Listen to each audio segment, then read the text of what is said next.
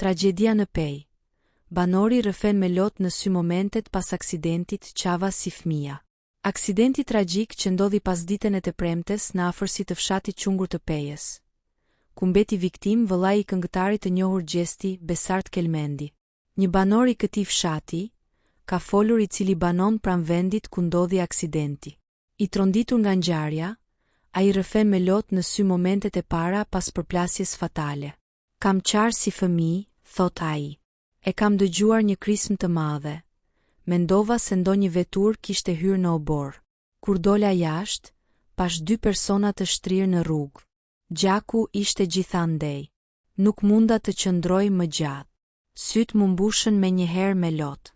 Mu duk sikur të ishte djali im hyra në shtëpi, dhe i thash gruas se nuk mund ta përballoja pamjen.